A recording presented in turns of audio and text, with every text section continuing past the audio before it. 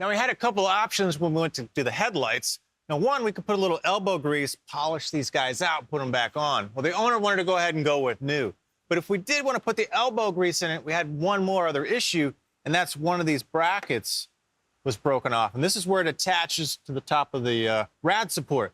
So we've got a couple options here from JB Weld. Now, one of them is this wrench here. It's a two-part mix, and ideally you put it right on the edges there, and it'd be good to go. Now, this part, because it's going to get strained a little bit, I'm thinking we've got these little ribs here and these little pockets is maybe build up a little extra thickness and strength there to hold this thing together. So we're going to use the PlasticWeld.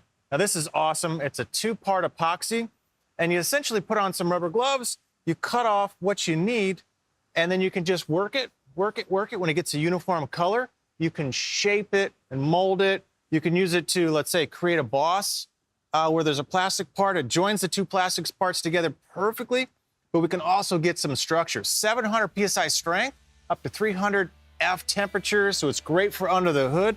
So let me get this guy settled in here nicely and start going to work. Get this guy repaired, show you how you can save hundreds of dollars on your next sort of whoopsie.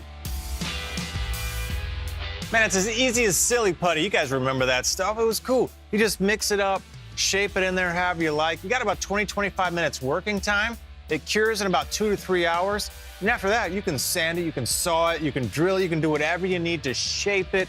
Like I said, if you need to make a boss or another feature, in this case, might do a quick scuff and a paint. And that's it, guys. That's simple. Easy way to fix, like I said, hundreds of dollars worth of parts. All right, we're gonna get back on that fascia, get that thing back on the car and looking good.